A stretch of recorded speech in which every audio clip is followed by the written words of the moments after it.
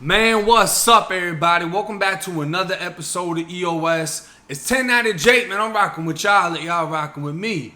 For this video, I'm going to be speaking on getting robbed for your canteen inside a prison. Now, when I was at the Central Florida Reception Center inside of H dorm, this dorm was 14 to 24 years old. My quad 1, wing 1, whatever it was 18 and under. And Canteen was like gold. Canteen was like diamonds.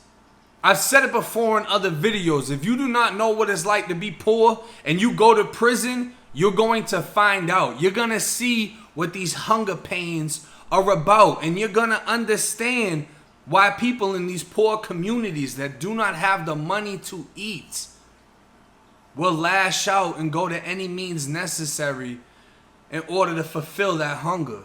We are starving. The trays that we are given, you're not getting full. And that was the first thing that I figured out inside of prison. Is after every meal you eat, you're still hungry. And you have to deal with that. And obviously, from the way I'm looking, I don't have to deal with that anymore. Getting skin, I'm getting giant, getting money. At all. Not a damn chance. But inside of prison, where I was weighing 160 pounds and skinny as a rail, you're hungry after every single meal.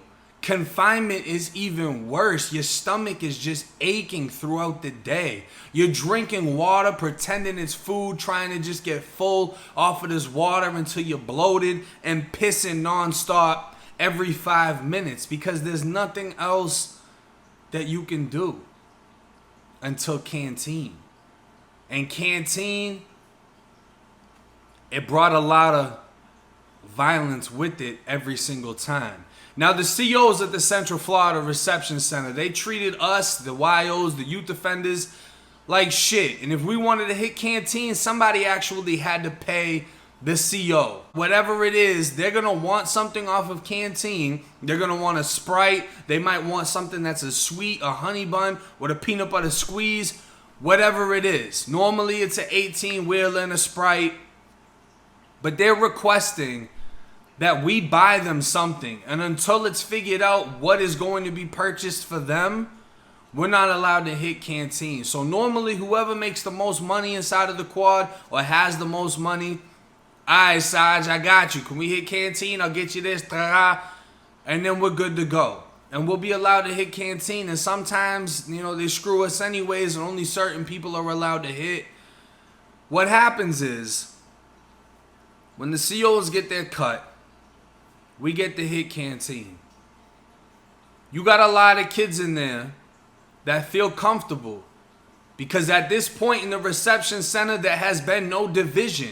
It's been pretty easy for everyone. Nobody's really pressing anybody because everyone's still somewhat shook at this point as we are trying to adjust to prison. So you got kids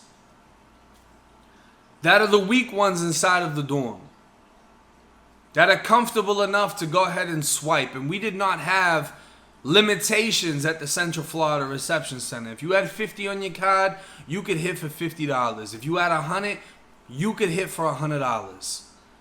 So you had these kids that have never experienced any form of violence inside of prison, that most likely come from a decent household because money was sent to them immediately. And they come into the dorm with $50 bags, $75 bags, $100 bags. Me and a couple of my people, unfortunately, we don't have any money. The only thing that we have in common is this hunger pain. This pain inside of our fucking stomach that we have to deal with because we eat chow at like what, 4 in the afternoon? 4 or 5? And we don't get to eat again until like 5 in the morning? So we're looking at these kids when they come in, and our mouths are fucking watering. Our stomachs are hurting. You have a group of people that have no fucking food. And then you send in a group of people that have plenty of fucking food. And they're eating it in front of them. So now we start smelling it. We start smelling the hot Cheetos cooking in with the ramen noodles. We can smell the tuna. We can smell the Lay's chips. We hear the as they crack open a Sprite. At this point, we start looking around at each other. We're not thieves. We don't steal. We don't respect stealing. If you steal from somebody inside a prison, you more or less are supposed to do it like this. You take their shit and you see if they say anything. And if they say something, you raise your fucking hand. You tell them you took it. What's up? What do you want to do? You want to fight for your shit back? If they don't want to fight, you keep it. And a lot of times, that right there is a test. It's not meant for you to keep their shit. It's meant to be a test for them. I never stole anything. I didn't participate when Tampa went in the room and stole all the shit from the black GD. And he didn't do anything. He didn't claim it. He didn't even say anything that he had a problem with it. So they ate all that shit in front of him. I didn't eat anything from it either. Because I wasn't a thief. But when it came to taking something from somebody and grabbing them up in their fucking cell and putting a poker in their neck or a razor to their dick, yeah. We're going to get that money. What's up? You breaking this off, G? I bet. We're going to get that money. We're going to get that canteen. We're going to eat this food. Because we're fucking hungry and we're willing to go the extra mile that you want. We're willing to take it there and fucking hurt you. And we don't care if you're bleeding and you're fucked up. We're going to be able to eat perfectly fine after the fact and laugh it off. And see you right after we're eating it. Or while we're at the table eating it and looking at you sitting on the floor all fucked up trying to hold your shit together because you got smashed in the cell. At Sumter Correctional Institution, when I hit Sumter CI, we had a limit of 15 items per person. What they did is they created a limit because the extortion rate was so high, they didn't want to produce victims. If you got this scrawny ass kid, he goes up, hits for $100, everybody in the fucking dorm that's poor is gonna be looking at this kid like a meal ticket. All I gotta do is get him out of the way and I'm taking his sack. And this is why when you hit the youth offender prisons, a bitch ain't waiting for you to get any fucking money. We're not waiting for you to hit Canteen.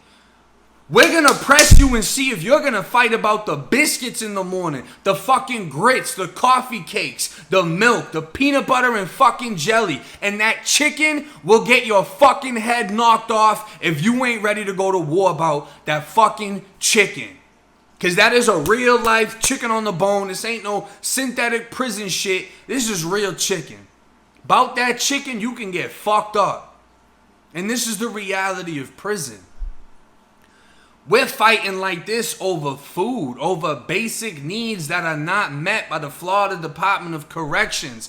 I dare any staff member to change your fucking diet. Don't go by the paper that says what we get and how many calories are inside of it.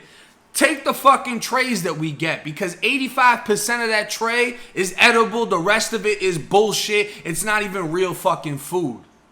So when they give us a 15 item limit at Sumter Correctional, that doesn't make motherfuckers extort less. It does the exact opposite. We need to extort more. Because if he can only hit for 15 items, we need to get 4 of him. We need to extort 4 different people just to have a jizzle under extortion that's bringing in the same amount of shit as one individual where there's no canteen limit. So even more people were getting pressed for their food. Even more people were getting took up through there because of these hunger pains. Lancaster Correctional Institution. There was no canteen limit. Hit for as much as you fucking want. The COs didn't care because they knew you were going to get cleaned out anyway. They weren't putting no fucking limitation on it. They know whether it's $15, $5, or $100, we're coming. We're coming to fucking get it.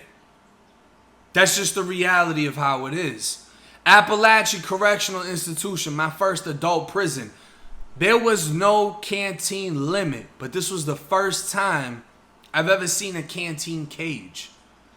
So when you go out onto the rec yard at Appalachian Correctional, you got two options. You can either go to the rec yard, which is towards the right after you go through the metal detector, or you can go straight ahead. You're inside of a locked-in cage, and in front of you, there's two different canteen huts that you can hit. There's three different windows that you can hit. There's one CO that stays inside a canteen. There's one CO, or sometimes two, sometimes three, it depends, that go out onto the rec yard. While you're inside of this cage, when you walk up and you hit, boom, $80 bag of canteen, all eyes are on you. Everyone's staring at you. Everyone's grilling you. Everyone wants to know what you have, and it isn't just because they have the intention on robbing you. Maybe they want to sell you something. Maybe they're bringing drugs in and they know you got the money, so they're going to bring the drugs to you because they see you got the money. Maybe they want to gamble you and sky you for all your fucking food. Whatever the situation is, everyone's watching you and everyone sees everything that you have. But while you're inside of this fucking cage, that CO is by the hut, sitting under the shade. So when you walk over to the opposite side of the court and you got a group of people that, just huddle up together, blocking that CO's vision, somebody's running up to you and choking you the fuck out while someone else snatches your bag. Now your bag's gone. You get dropped off on the floor, whether you're asleep or whether they just let you go.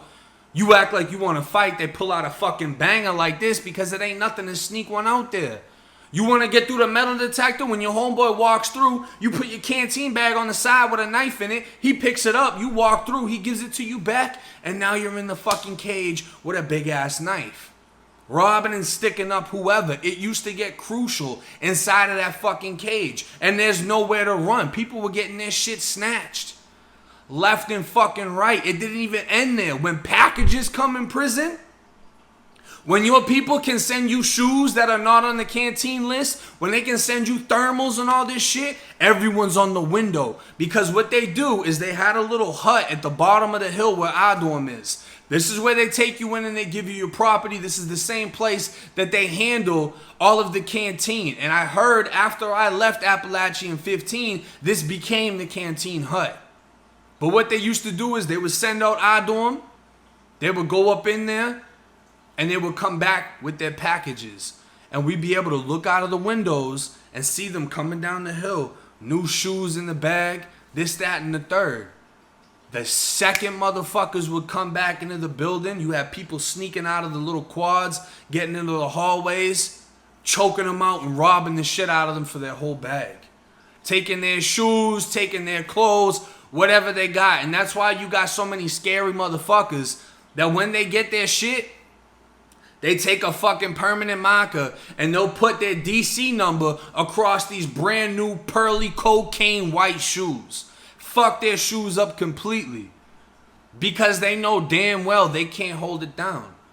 See, the thing is, when you walk around with shoes that got no serial number on them, it's like having a gun with no serial number. Can't trace it. So when you're walking around with these fresh motherfuckers on, like the Air Force Ones that I had, that I bought off of someone that came from the feds, it's more or less a statement. Come take it if you want to. Ain't no serial number on these. You take these, the COs don't know who it belongs to. But I'm going to show you who the fuck it belongs to if you try to take these. You had a lot of people that'll come in and write their number on it because they know they can't hold it down. And people would still take that shit and buff that fucking number right the fuck off, try to put it, paste over it with toothpaste, whatever, or just scrub it off completely. The same thing with the clothes, the thermals, the sweaters. When the bare needs, the bare necessities aren't met, that animal side of people will come out because your animal instincts will kick in. How far are you willing to go to eat? If it's freezing in the winter and that prison jacket that they gave you that got 15 years worth of fucking boogers around each handle, you know what I'm saying? Motherfuckers just wiping their nose. So you put this shit on and you looking around your wrists and you got all these white stains on it from years and years of motherfuckers with the sniffles. And you need a jacket or you need a thermal. You don't have it and you see this motherfucker gets it. And you looking at him all warm and shit as you're fucking shaking outside on your way to chow. And you think to yourself, how much of this am I willing to take? Up until the point that you go and snatch his shit and see if he's ready to die about it, because you would rather die than keep on fucking freezing or keep starving every day. This is the reality of prison. If you do not want to be forced into a situation, do not do anything that will cause you to go in this place. And please be more sympathetic for the people that are not only inside of prison, but the people that are inside of society that are free. And still the basic needs and necessities are not being met. Just because you don't live with these hunger pains and you don't live with this cold chills doesn't mean that others aren't going through this on a daily basis. But hey, it's 1090 J. I'm rocking with y'all and y'all rocking with me. Till next time.